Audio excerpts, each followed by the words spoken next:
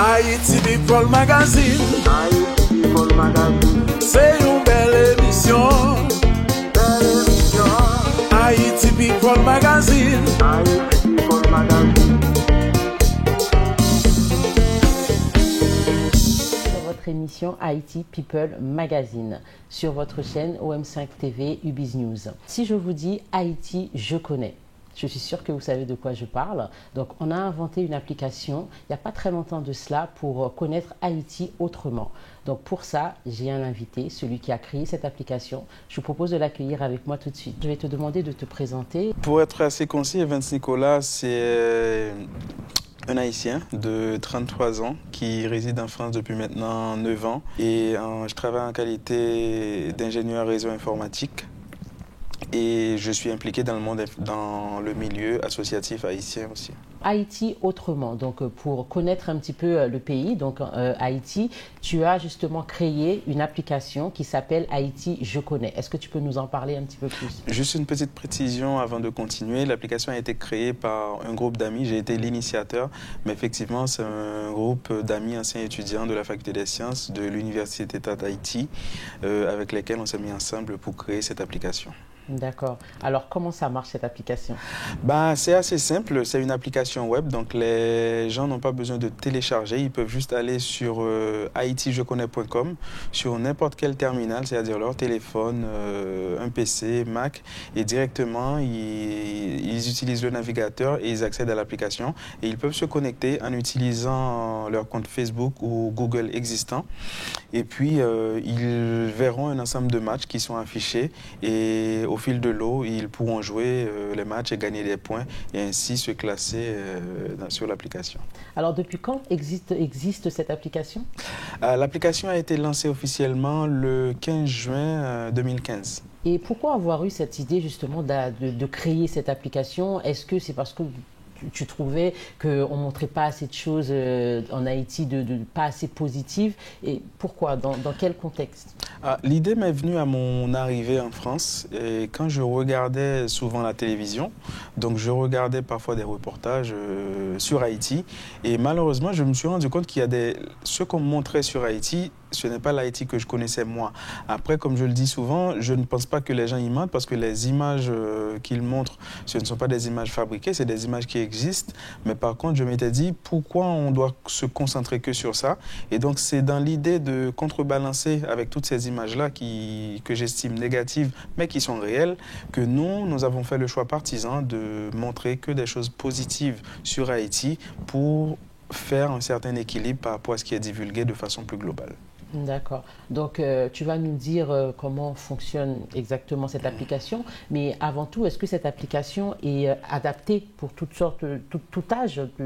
Les enfants peuvent y jouer? Est-ce que c'est vraiment adapté pour tout le monde? En fait, à la base, on avait fait l'application, comment dire, en se basant sur ce que nous avons voulu montrer d'Haïti. C'est-à-dire, les questions étaient assez difficiles au début. C'est-à-dire, même au premier niveau, on était vraiment rentré dans le vif du sujet avec des questions assez compliqué.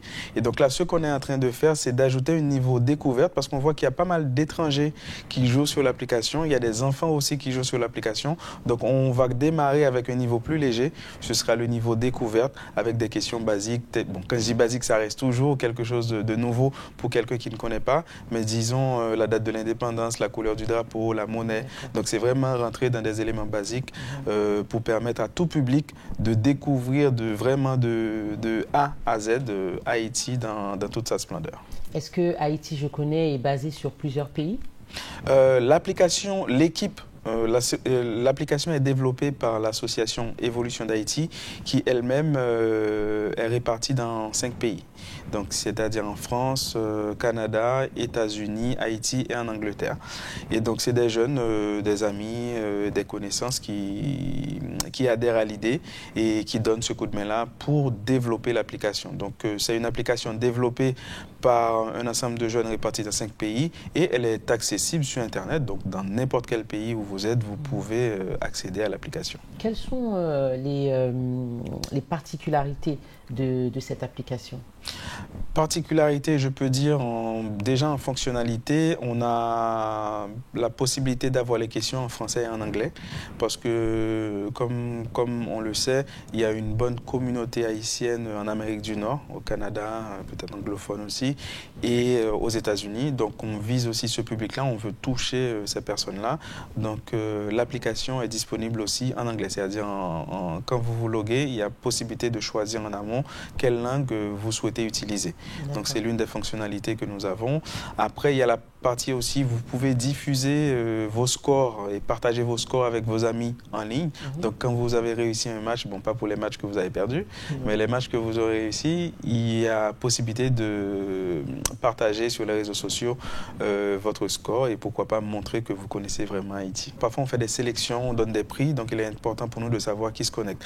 Mais en grande part, on a beaucoup d'Haïtiens, c'est-à-dire des gens qui sont en Haïti, qui jouent beaucoup sur l'application. Au début, on l'avait fait parce que dans notre tête, on avait dit que c'était plutôt pour la diaspora, pour les gens qui sont à l'extérieur, mais on s'est rendu compte qu'il y a beaucoup de gens en France, parce qu'initialement, l'association est en France, on a fait beaucoup de communication en France, donc c'est un peu normal qu'on a une grande majorité de gens de l'étranger, mais qui vivent en France, qui jouent sur l'application. Après, on a une bonne composante aussi au Canada, aux États-Unis, il y a des gens de partout. Mais j'avoue, une grosse partie de notre public, c'est aussi Haïti. Donc ça nous mène aussi à repenser peut-être la dynamique de démarrage qu'on avait, quelque chose fixé que sur la diaspora, et on se rend compte que Haïti sera un acteur majeur du développement de l'application aussi. Est-ce que les étrangers hors Haïti jouent aussi beaucoup? Oui, ils jouent, mais par contre, ils me disent que c'est assez difficile pour eux au début. Parce que pour un non-haïtien, même moi, j'avoue, en relisant les questions, je me dis, pour moi, c'est peut-être évident, mais c'est d'où nous vient l'idée d'ajouter le niveau découverte. C'est-à-dire pour permettre, en 5 matchs, c'est-à-dire une centaine de questions, vraiment de découvrir les aspects basiques sur Haïti. Est-ce que tu peux nous parler un petit peu de l'association? L'association s'appelle Évolution d'Haïti. Elle a été créée en février 2015. Et donc, c'est une jeune structure associative. On essaye de fonctionner le plus que possible, dans un mode entrepreneurial et avec des fiches de poste qui sont définies pour les membres actifs, effectivement. Des fiches de poste, des contrats sur une durée d'1 année, parce qu'on sait le bénévolat, c'est pas toujours évident. Donc, on sait que c'est pas par mauvaise foi. Parfois, les gens, ils commencent, ils laissent tomber. Il peut y avoir plein de raisons. Pour des raisons familiales ou du moins de boulot, la personne n'a pas le temps. Donc c'est pour ça que l'engagement, on souhaite que c'est la personne qui le prend et qui signe. Vraiment qui dit pendant cette année-là, je vous donne un coup de main. Après, je verrai si je renouvelle ma contribution. Donc c'est notre mode de fonctionnement et c'est ainsi qu'on fonctionne. Après, effectivement, dans tout travail de groupe, il y a toujours, de l'adaptation à faire. Il y a toujours, une fois qu'on est plus qu'une personne, on est 2, il y a des problèmes à régler. Mais c'est toujours la bonne entente. On finit toujours par trouver la solution pour avancer ensemble parce que le bien commun qu'on a, c'est Haïti et on veut travailler pour Haïti. On sait que c'est pas facile de travailler à plusieurs, mais en sélectionnant les bonnes personnes, on arrive quand même à avancer et ceux-ci, je les remercie. Quels sont les objectifs justement de cette association? Qu'est-ce que vous allez nous inventer encore après Haïti, je connais? Bon, la mission de l'association, c'est vraiment d'être force de proposition et acteur au profit du développement d'Haïti. C'est-à-dire notre objectif, c'est vraiment de mettre en place des projets qui viennent en aide à l'éducation, la formation professionnelle et la promotion culturelle. Donc pour l'instant, l'application Haïti Je connais qui est la plus connue, c'est l'application qui rentre dans le cadre de la promotion culturelle. Mais parallèlement, on a lancé cette année un deuxième projet qui s'appelle Stage Haïti, qui vise à proposer des stages à des étudiants haïtiens. C'est-à-dire que c'est nous qui allons les accompagner pendant 3 mois. Les étudiants, ils vont rester en Haïti. Mais par contre, les accompagnateurs seront des bénévoles de l'association. Pour la plupart, c'est des professionnels de plus de 10 ans dans leur domaine. Donc, les étudiants auront à développer un module pour l'application Haïti Je connais. Et donc, c'est nous qui allons les accompagner et ils seront rémunérés à hauteur de 150 € par étudiant par mois en Haïti pendant une période de 3 mois. Et quels sont les domaines où justement... Pour l'instant, après, j'avoue, on va plutôt vers on commence par le domaine qu'on connaît.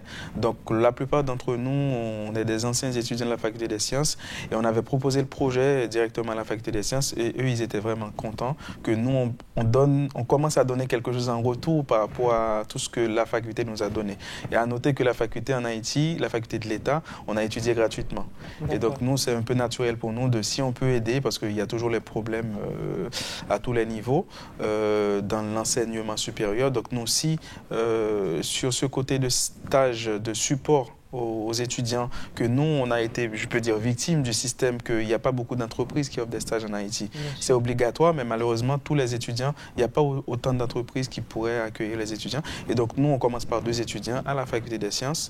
On va faire l'expérience cette année à partir du mois de juin avec ces 2 étudiants-là. Et puis, l'idée, c'est pourquoi pas à l'avenir pouvoir avoir plus d'étudiants et peut-être toucher d'autres domaines aussi avec d'autres personnes qui sont dans d'autres corps de métier qui n'est pas de l'informatique. Est-ce que justement, ces étudiants-là vont être sélectionnés sur quels critères? Est-ce que c'est au niveau familial, situation, comment Non, en fait, les critères que nous avons établis, vu que nous ne sommes pas présents sur place, les critères que nous avons établis, c'est purement des critères académiques. C'est l'excellence académique qu'on prime.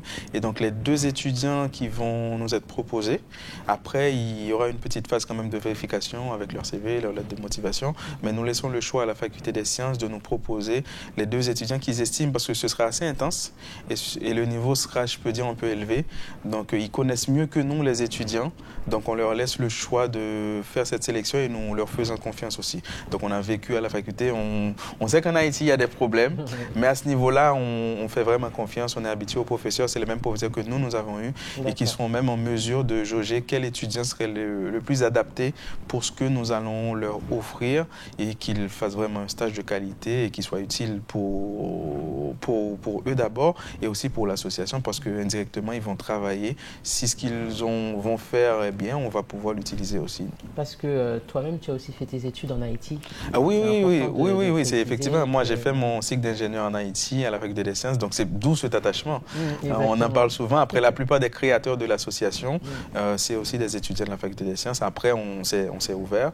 Donc, on a vraiment le socle de l'association est devenu plus large, mais initialement, on était des anciens de la Faculté des Sciences, donc c'était assez naturel pour nous de se pencher vers cette faculté-là. Mais après, l'idée, c'est de voir plus grand, de pouvoir offrir à plus d'étudiants et aussi toucher d'autres universités. D'accord.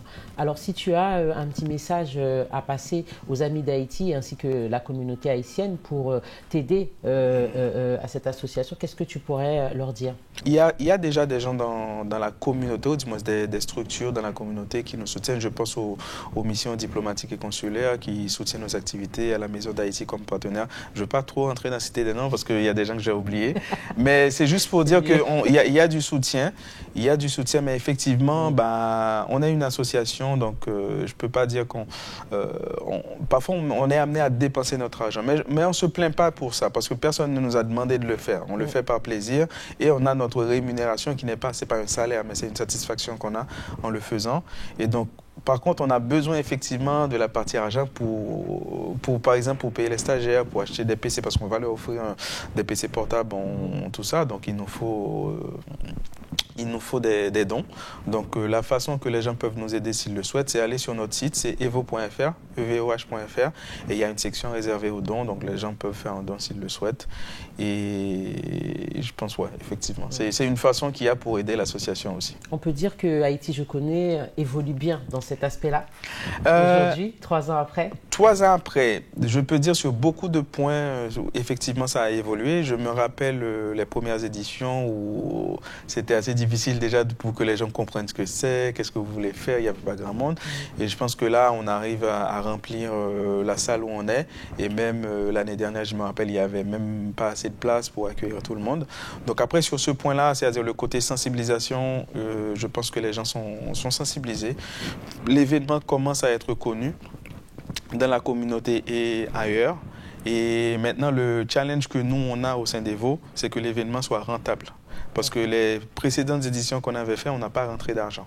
C'est-à-dire, on a tout dépensé. Bon, après, c'était... Par exemple, l'année dernière, on a fait à 15 € l'entrée plus la bouffe. Donc, il ne fallait pas s'attendre à qu'il y ait beaucoup de choses qui nous restent.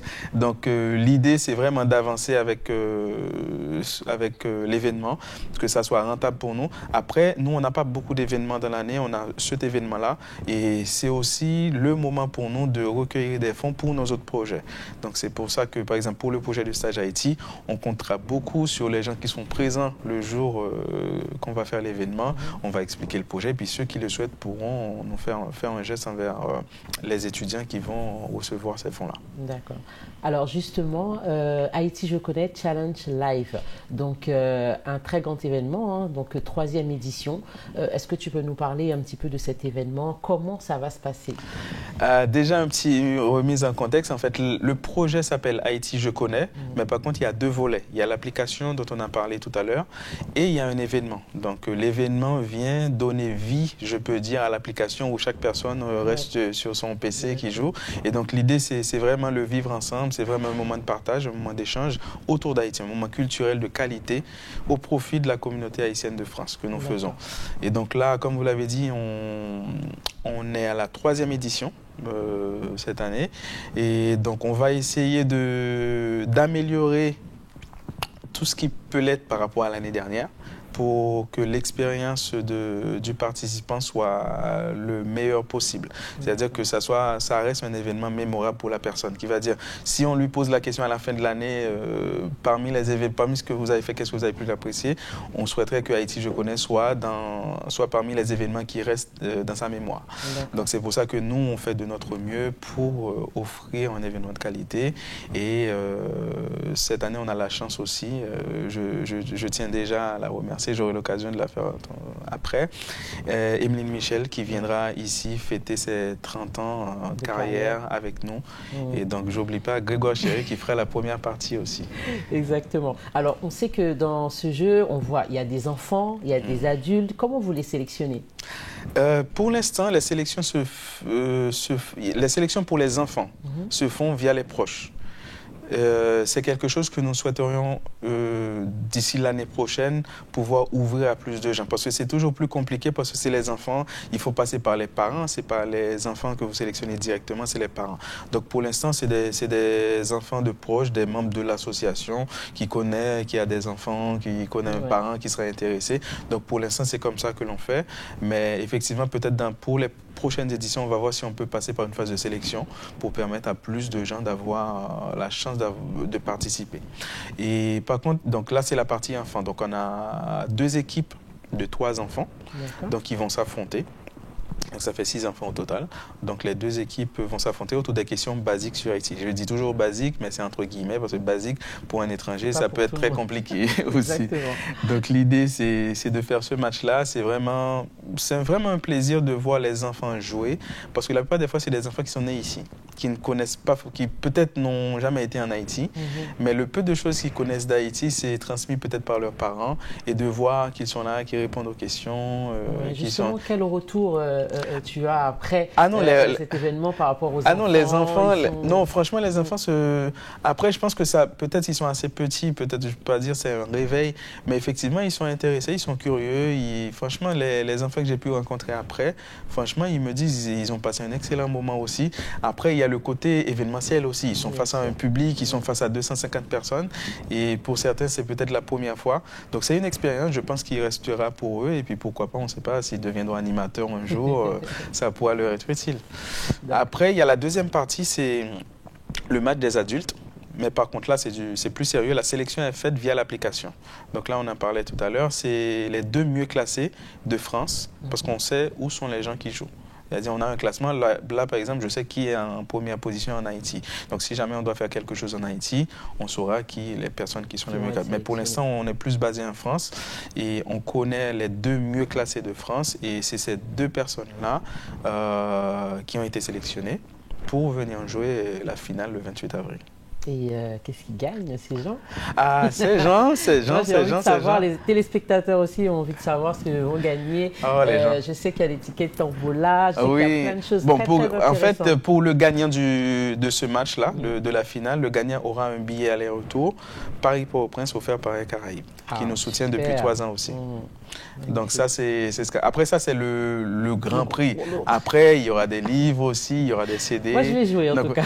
Après, pour le public, on sait que tout le monde ne connaît pas forcément Haïti. Il y a des gens qui aiment la facilité. Moi aussi, je fais partie de ces gens-là. Donc, il y a aussi la possibilité d'acheter un ticket de tombola à 5 euros. Et il y a un deuxième billet, parce que Caraïbes nous a offert 2 billets. Il y a un billet qui est offert aux gagnants et l'autre billet sera à gagner via tombola. Franchement, 5 euros. Et vous risquez pas grand-chose. À 5 euros, déjà, il faut se dire, avec les 5 euros, vous supportez l'association. Déjà, si vous ne gagnez pas, c'est ce que vous pouvez vous dire pour vous soulager. Et puis, si vous gagnez, tant mieux. Il y aura 3 prix. Le premier prix, c'est le billet d'avion aller-retour Paris-Port-au-Prince. Le deuxième prix, c'est un livre photo réalisé par le photographe Corentin Follen. C'est un Français qui adore beaucoup Haïti. Il a déjà fait 2 livres photos. Il en a fait un sur Haïti Global qui s'appelle Haïti. Et l'autre, si je ne me trompe pas, c'est sur Jacmel. Donc là, il nous a offert quelques exemplaires et on va offrir un de ces exemplaires comme deuxième prix pour la tombola. Et puis comme troisième prix, c'est un restaurant pour 2. Donc, si tu gagnes Venise, tu m'invites. Ouais. C'est un restaurant pour 2 au restaurant Tropic Foods qui est à Saint-Denis. D'accord.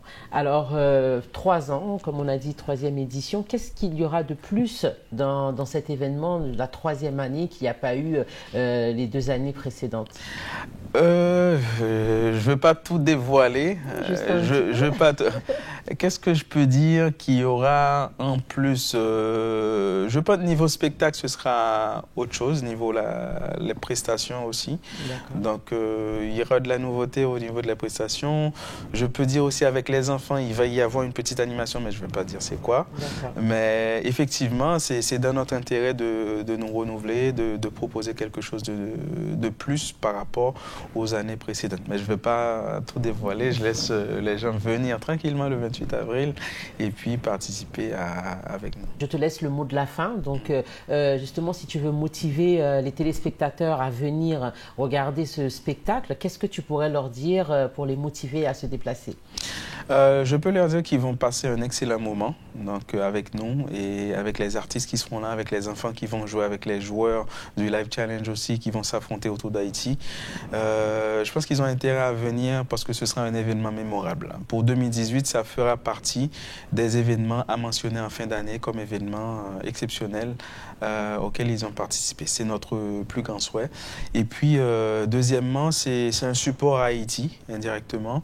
Parce qu'en supportant l'association, en venant, en achetant déjà votre ticket pour le spectacle, vous supportez l'association. Donc ça nous permet de financer le projet Haïti Je Connais, l'application qu'on a, de payer les serveurs, les frais d'hébergement, tout ça, et aussi de supporter le projet Stage Haïti qui vise cette année à offrir 2 stages à 2 étudiants qui sont en Haïti. Donc en venant, vous vous amuserez et vous aiderez Haïti. Donc, et aussi, vous pouvez, grâce au ticket de tombola, qui est à 5 euros, de gagner un billet pour aller en Haïti grâce à Air Caraïbes, ou bien un livre photo réalisé par Corentin Follen, ou bien, en dernier lieu, un petit dîner pour 2 au restaurant Tropic Foods. Donc venez-y, donc vous n'allez pas le regretter, vous allez passer un excellent moment. Donc je vous invite à venir le 28 avril à la mairie du 17e arrondissement de Paris à 18h. Je précise 18h heure française. 18h heure française. Je vous attends. Merci beaucoup Evans pour avoir répondu présent justement à notre invitation. Quant à nous, on se retrouve très très bientôt. Merci à toutes les personnes qui ont contribué à faire cette émission. Merci à Chocarilla de Paris, UBizNews OM5. Et nous, on se retrouve très très bientôt dans votre émission Haïti People Magazine. Au revoir. Haïti People Magazine, c'est une belle émission. Haïti People Magazine.